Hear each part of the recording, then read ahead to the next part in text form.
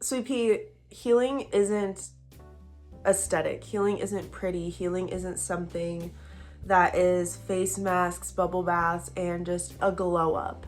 And I know that we love to call it a glow up, and there's kind of a mindset or a image that comes to our heads when we think about a glow up.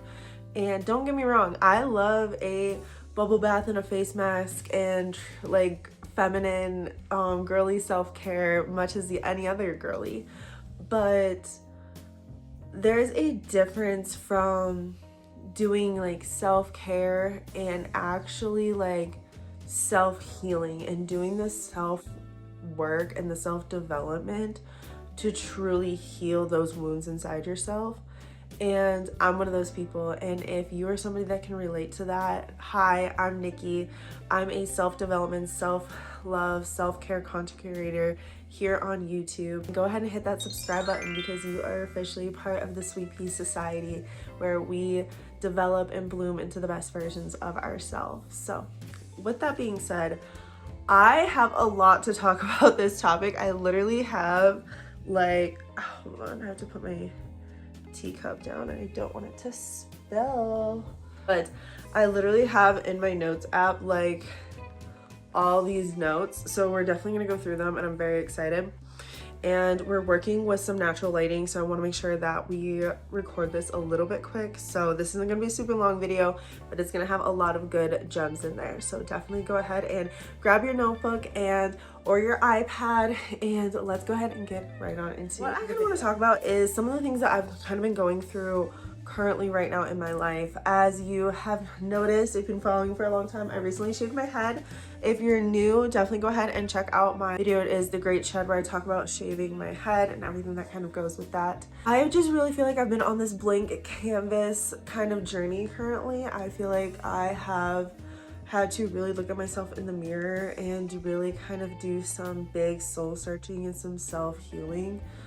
And what I've really realized is this is probably the ugliest stage of healing I've ever done. Like, I cry the most. I literally had a breakdown the other day about body image, and like I just want it to be a disclaimer. Like, if you know, you probably already know, but like I just want to say it for any of the sweet peas out there. If you are like feeling like, oh my god, like my self-healing journey doesn't look like face masks and candles and all these other things, like I'm like really just trying to survive out here, you are not alone. Literally, sometimes I look like this, but other times I also look like this. And like both are okay, both are part of the process. And I feel like sometimes we really only romanticize the highlights of our healing journey and we don't really ever talk about the deeper aspects of it. So we are here to kind of talk about that. And that's one thing that I've been going through in my healing journey, is just like having this like end of an era, new chapter of ending my 20s. As some of you know, I'm 29.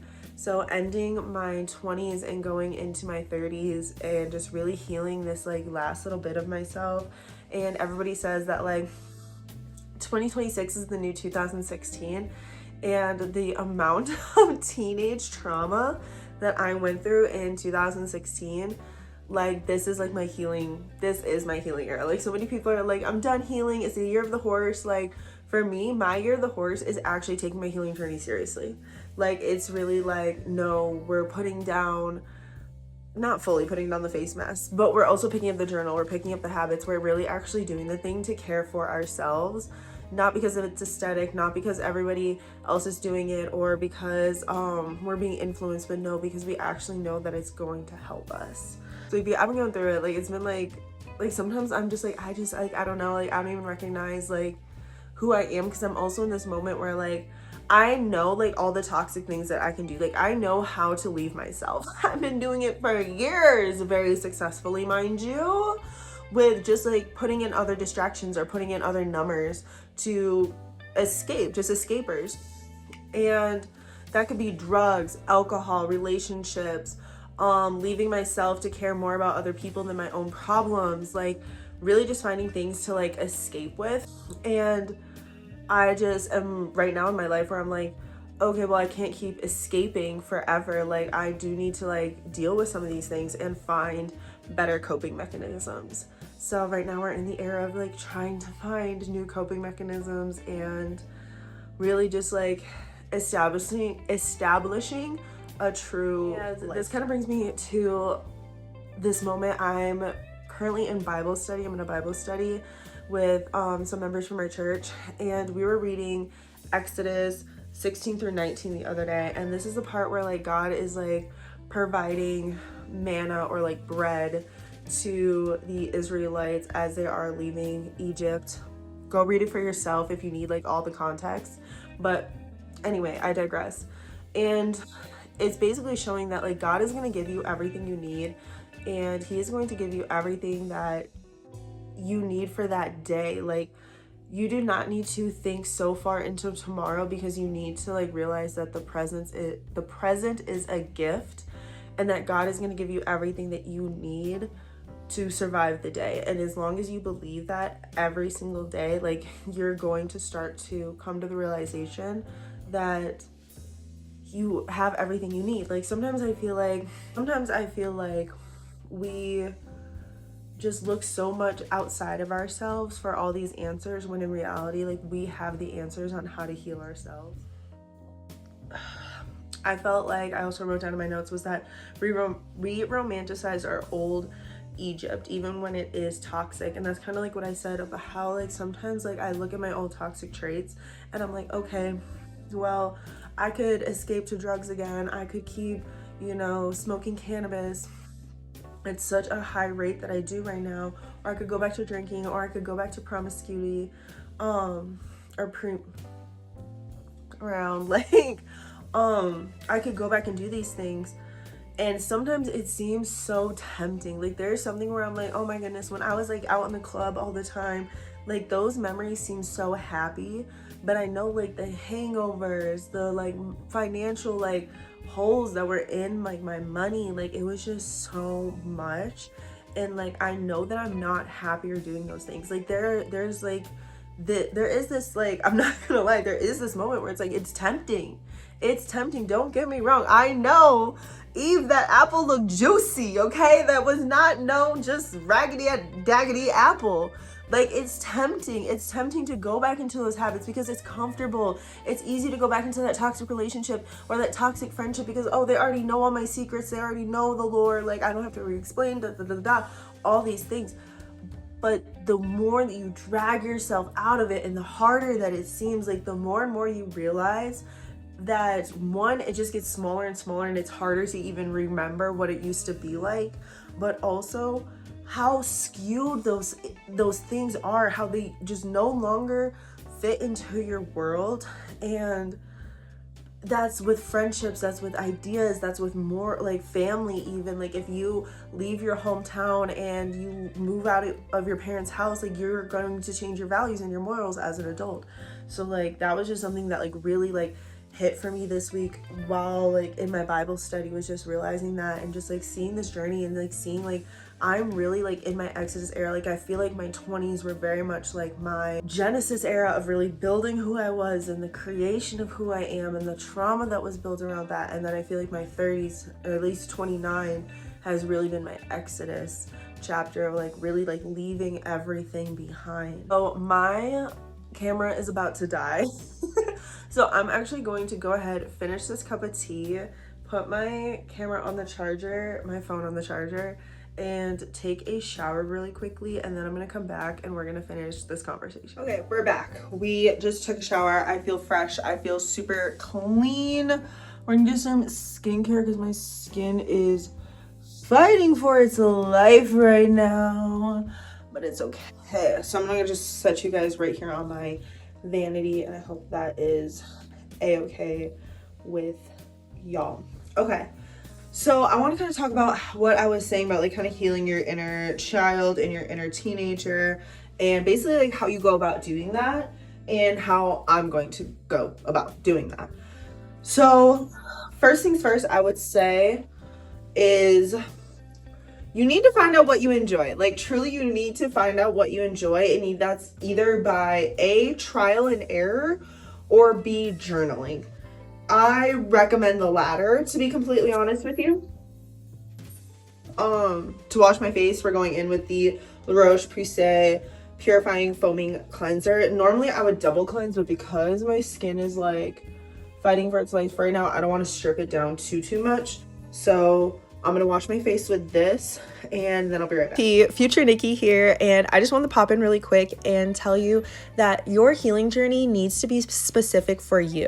I can tell you till I'm blue in the face everything that has helped me, but at the end of the day, you need to take the steps to make your healing journey your self-love journey. It has to fit you, sweet pea. So take this week to find out what you love. I was saying, I would choose the latter just because personally I think it's less expensive. And I feel like you have less likelihood of trying things that you possibly already like, and it's more of a coping mechanism. Now I'm going in with Dermacell Labs Oatmeal Milk Toner with oatmeal and snow mushroom. This has become, focus. This has become my favorite toner, straight up favorite toner. So I would say journal. That's what I do. I kind of journal and figure out and talk to my younger self, whether that was my childhood self and we never really got to experience like fun in small doses. Like, I read The Artist's Way and I started going to the arcade that I used to go to as a kid when I used to come out and visit my grandma out here. And I just started doing things that like my inner child would love to do. And lately I've been really journaling about my inner teenager and what my inner teenager enjoys to do and what I kind of like let go as a teenager that I either got made fun of for or I got kind of like pushed out of doing. Like, I know in high school I did sports all the time. I was an athlete. I loved working on my body. I loved like being a part of a community. I did track. I also did volleyball in high school, and I was also involved in the theater. I loved theater club. I loved drama club. I also loved American Issues. That was something that I like, a class that I really enjoyed. Okay, since it is like evening skincare today, I'm gonna go in with my multi-peptide anti-aging serum. This is from Skin Nutrition Botanicals. But really like enjoying the things that I am doing and really taking in like the things I used to do. Another thing that I used to do when I was in like my early teenage years, like 13, is rock climbing. I used to love rock climbing, and I haven't gone rock climbing since I was like a kid. So like that's something that I really have been wanting to do and really kind of like get back into. Oh, this is the one thing, and it's my life binder. So my life binder has a lifestyle section, and I actually have a copy of my life binder as my digital products. You can go ahead and download it and like edit it so that way it like kind of reframes for yours. Like mine is like my personal growth. So I do have a digital product for my life binder. When you see this video, I don't think it's up just yet, but if you do want to go ahead and check out some of my digital products that I do have for free, like my bingo card, if you're kind of just starting on your self-care, self-healing journey, you don't really know where to start, I highly recommend downloading my self-care bingo card just as like a starting place. But I digress. Like I was saying, was my life binder. Now I'm gonna kind of let this sit so we can yap for a second. Binder, I have a section for lifestyle, and it's really like helped me keep myself accountable in aspects of like not just doing like self-care days, because don't get me wrong, I love to do my skincare, and this is like a form of self-care. Is taking the time out of a day to pour in 10-15 minutes, sometimes an hour, to myself. And that can look like a bath, skincare, face mask, but it can also look like sitting down with my finances and finding out where the bleeding holes in my pockets are. It could be going and listening to a sermon to fill myself spiritually. It isn't about having just a quote unquote like self-care day, but it's actually truly about having like self-honesty and like self-trust days. And that's really what I've changed my mindset of, is it's not just a self-care day, it's a self-trust day. It's the, okay, I said I'm going to do this for myself and I'm going to stick to it, so that way I can start to build trust within myself and I can move forward, and that way I know I can hold myself accountable and I know I can reach my goals because I can trust myself that I'm going to do the hard work to get there. And Sweet Pea, we're doing the hard work to get there. So that's been like the biggest mindset shift I think I've really had around self-care, and how it's really transformed the way that I look at healing altogether. As this is like nice and dry and it feels good, I'm gonna go ahead with my Vanny cream, and then I'm also gonna go in with the Sky Organics organic castor oil, and I'm gonna use this kind of as like a serum. No, it's just said it's not about the face masks, but I do have some face masks that I'm going to be using today. And then I also have some eye patches. The one thing that I also want to like kind of like put into, I guess like not context, but I do want to also say is that healing is your responsibility. Like, you may not have been the one to hurt yourself. You may not have been the one to do the physical harm to yourself. But at the end of the day, whether it was family, friends, a relationship, whatever it was, it is your responsibility to heal yourself from the trauma and the damage that you have gone through. And that's just like, there's no like good way to like say that. That's just kind of is what it is. And that's just kind of like the cards that everybody has been dealt. Like, we have all been dealt a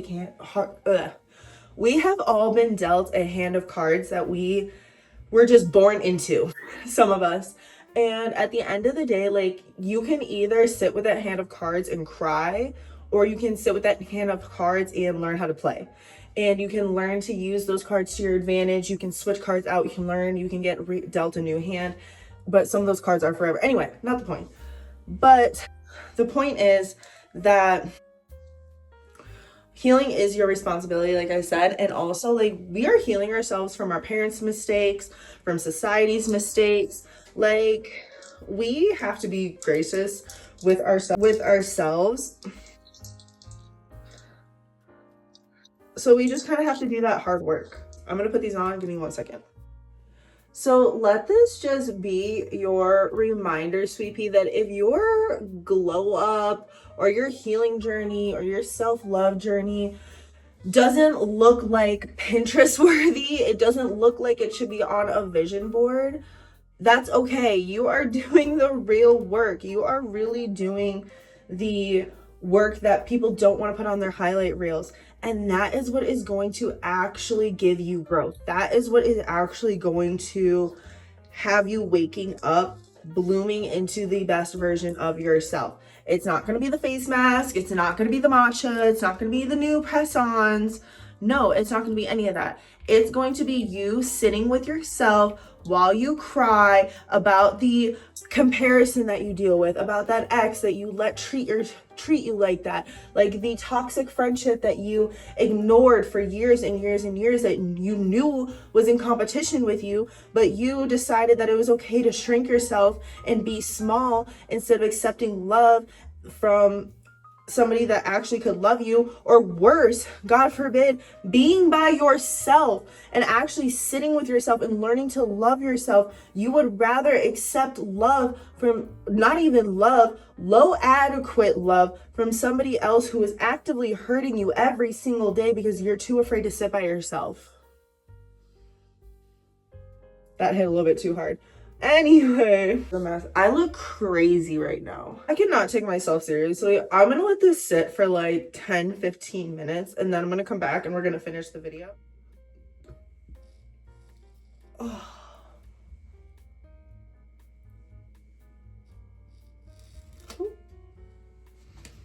So that is the skincare. Oh my goodness gracious.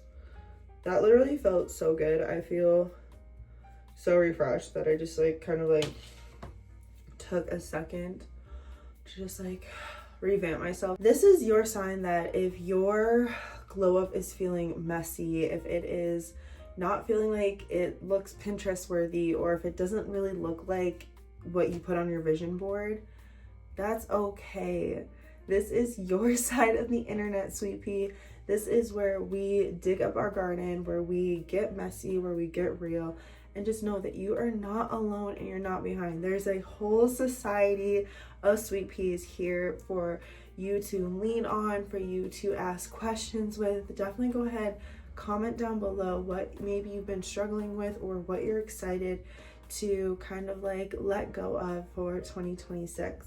So I hope that you have a wonderful, wonderful rest of your week. I cannot wait to see you next week. Go ahead and make sure that you subscribe and comment this little emoji if you made it all the way to the end of the video. I love you, God loves you, but make sure that you show you a little bit of love this February. Mwah. I'll see you in the next one. Bye, sweet pea.